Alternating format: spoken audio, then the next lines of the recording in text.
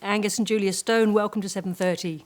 Thank you so much for having us. Now, this is your first studio album, the first for a few years. Julia, what's Cape Forestier?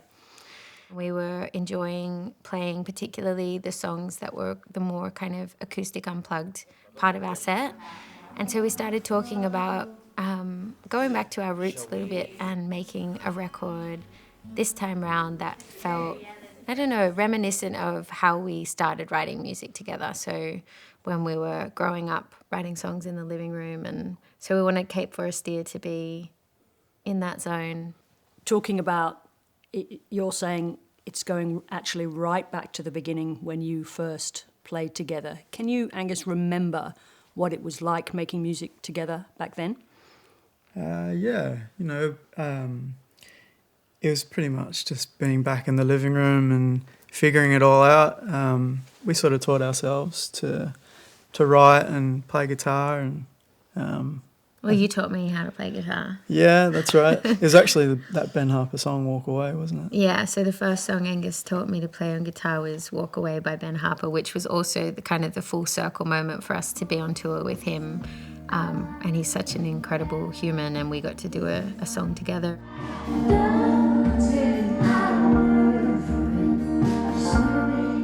But Angus actually was playing and writing before I was. He was, we were like doing gigs. I was sort of singing backing vocals for Angus. He'd play at weddings and parties, and we'd kind of drive there together, and Angus would give me a little bit of the money.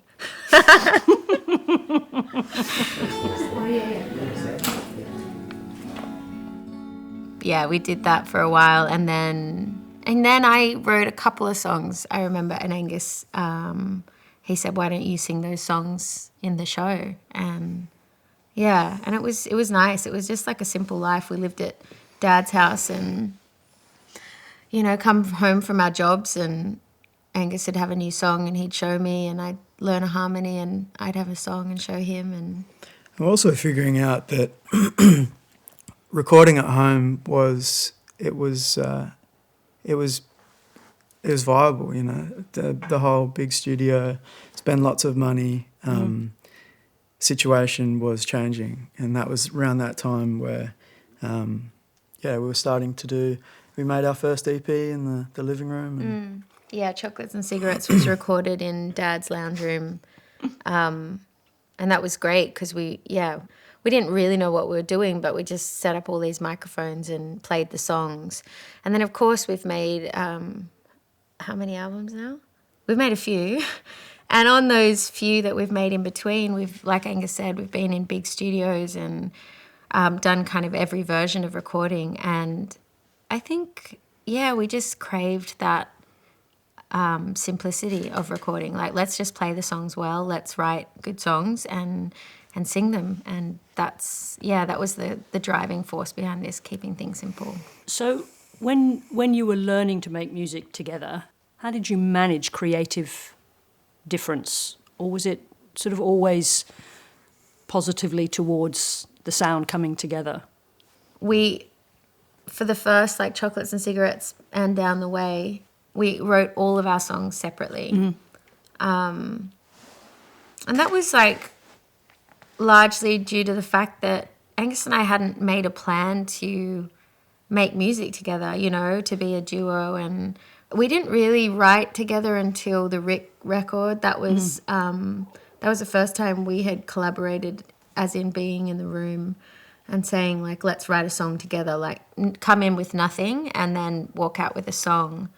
After a period of recording and playing and performing separately, it's the legendary American producer Rick Rubin who has the idea that he wants to produce you and wants to bring you together. What did Rick Rubin bring to you creatively? I really like the way Rick produces for me in the studio was interesting. He wouldn't necessarily be direct in the way he'd say something to you about what he wanted to say. He'd pull you into the room and say, listen to this. And he'd have this big tablet and he'd have all the songs he loved, and he'd play something, you'd listen to it, and then he'd say, jump back in the studio and, have another take. And I don't know, he's just got a way of planting seeds that was cool. Rick, during the time that we were getting to know him, he would get us to play songs just at his house, us sitting around, and he'd say, sing me, the newest thing you've written. And it was really nice because he would listen, and he listens with all of his body, and he's so present. And then you finish the song and he'd kind of open his eyes and he'd say, play it again. And it was so, I don't know, it sounds like a really simple thing, but for someone to want to hear the same song over and over again, to just understand it, it was so affirming and validating. I'm interested in that time because you were coming back together after a gap. Angus, did you think that Julia had her work, her sound, the songs she was writing, do you think that she had changed? Yeah, we're constantly evolving, and I think the discovery with writing is great because you're finding out stuff about yourself that you wouldn't necessarily tell yourself. And music will open up that, and I find that for me. And every time I hear Julia write something new, I can hear that progression, and that time away, I think, was therapeutic for both of us. And I went off and started a project that was adventurous in psychedelia, and it was cool. It was a good gap to have. It was, yeah, and I think that influenced our music. When we came back together, we had different styles that we had fallen in love with and we were exploring, and so those styles then sort of merged into the record with Rick, and then Snow that followed that. Can hear elements of Dope Lemon and the solo records I was making coming through. And then of course, we're going through life, with life experiences that are shaping us and giving us a different perspective on what it means to be here. And, I can hear that in Angus's writing for sure, and I can hear it in my own writing, just how that, how that starts to infuse in lyrics and even melodies and stuff. What about Angus when you came back to work with him again? Musically, was he different? Yeah, I think there was a lot more this kind of almost elements of spoken word and storytelling in that way that that was new and that was really nice. It's funny, I always think back to what makes the noticeable things for me are never the music that is changing. It's like the noticeable difference was after those 2-3 years apart, just how differently we were communicating. And that then opened up this way of making music that was completely new for us. Explain what you mean by that. I think we'd both grown up a lot in those 3 years, and it also, I think as we became more self-confident and self-aware, the way that we could talk to each other and be honest with each other about what we were going through personally. Music is all about honesty, and that was so important that we both understood each other's perspectives. We're not always feeling and thinking the same thing, and I think when we were younger, we just tried to mold for each other to make it easier. And actually what was so important for us was that we could say, this is going on for me, and both of us were fine with it, and it was such a nice change. It was and it keeps going down that road where the more we share and the more we give each other space to be who we are, the better the songwriting experience is. I think it's just the communication level has heightened in the way that it doesn't always have to work. You can say, maybe we try a different way, and I think that's what growth is, and where I think we've done pretty bloody well to be brother and sister and work alongside each other and get this far without fully ripping each other's heads off. So yeah. Yeah, it's like no idea now is off the table. And there are no winners and losers now with the music. It's like Proof of concept. Yeah, we someone wants to try something, we approach it like we give it our best, and usually we know together if it's working or it's not working. It's very rare that one of us is saying this is really working and the other person saying this is really not working. Usually what happens is we just need to try the thing, and then it's like, okay, that hasn't landed. That's cool. Great. We tried it.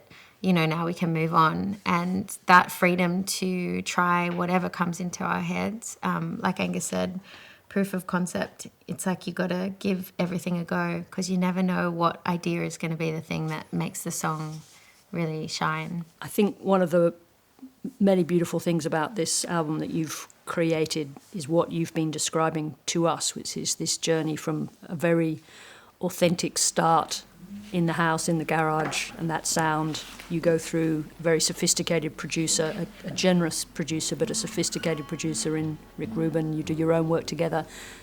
And now you're in your new versions of yourselves, kind of back to the beginning. So, Angus, tell us about the song that you're going to play for us, which is Losing You.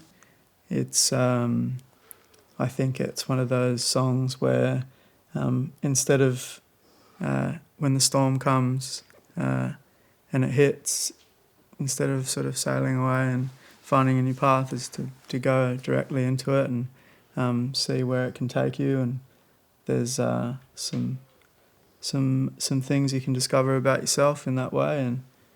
And but Julia was a big part of the writing of this. So. Yeah, you're right. I think it's the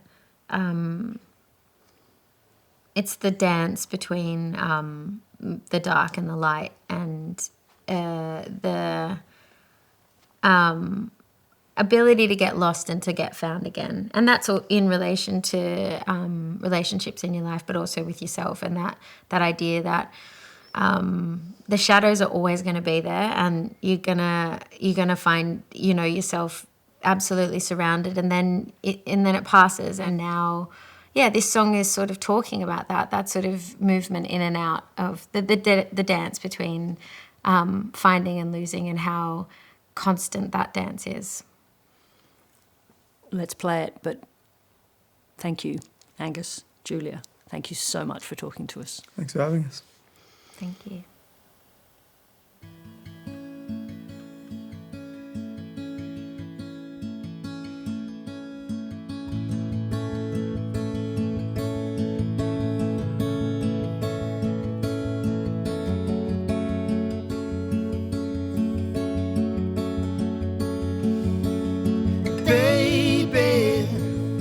Keep on losing you.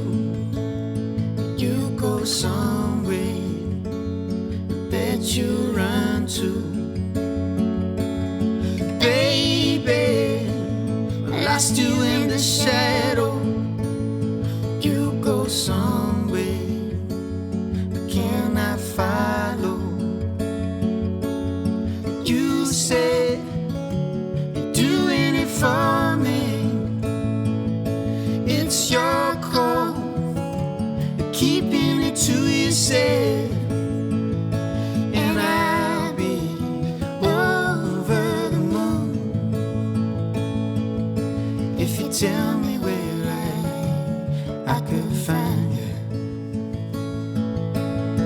Baby, no matter what you do, there's always somewhere we can run to.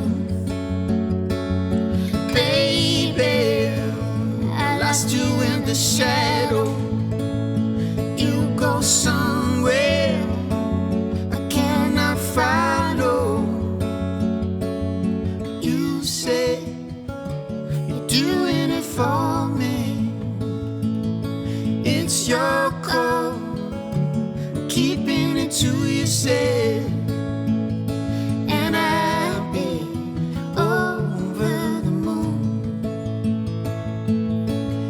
Tell me where I could find you.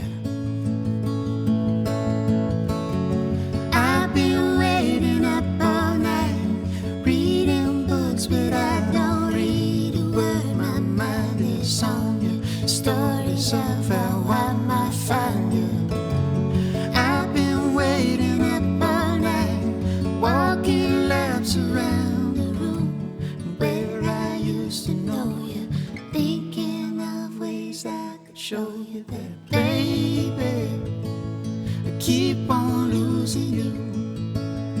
You go somewhere that you run to. Baby, I lost you in the shadow.